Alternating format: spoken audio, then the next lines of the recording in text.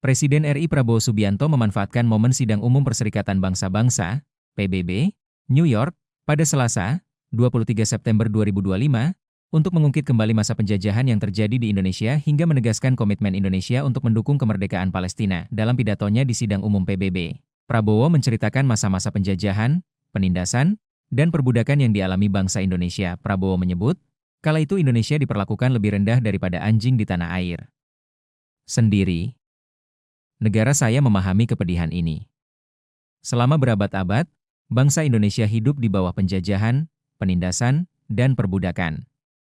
Kami diperlakukan lebih rendah daripada anjing di tanah air kami sendiri, kata Prabowo dalam Sidang Umum PBB, di New York, Selasa, dilansir laman resmi Sekretariat Presiden. Masa penjajahan itu membuat bangsa Indonesia paham betul soal diabaikannya keadilan, hidup dalam kemiskinan, hingga tak memiliki kesempatan yang setara. Prabowo menilai, di balik kemerdekaan yang didapat Indonesia hingga saat ini, ada PBB yang memberikan bantuan kepada Indonesia, hingga akhirnya Indonesia bisa memperjuangkan kemerdekaan, termasuk merdeka dari kelaparan, penyakit, hingga kemiskinan.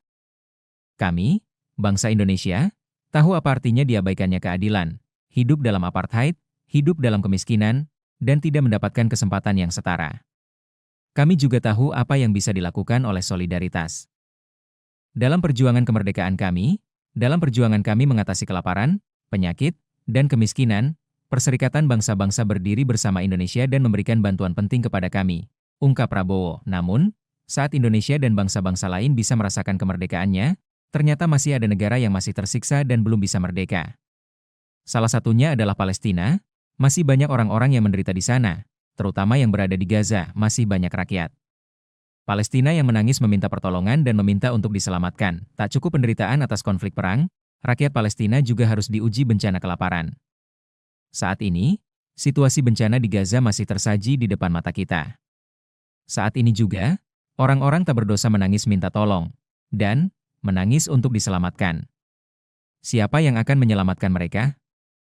Siapa yang akan menyelamatkan orang tak berdosa? Siapa yang akan menyelamatkan para lansia dan perempuan? Jutaan orang menghadapi bahaya saat ini, sementara kita duduk di sini. Mereka menghadapi trauma. Mereka menghadapi kerusakan yang tak tergantikan pada tubuh mereka. Mereka sekarat karena kelaparan. Bisakah kita tetap diam? Akankah tak ada jawaban atas jeritan mereka? Akankah kita mengajari mereka bahwa umat manusia mampu menghadapi tantangan ini?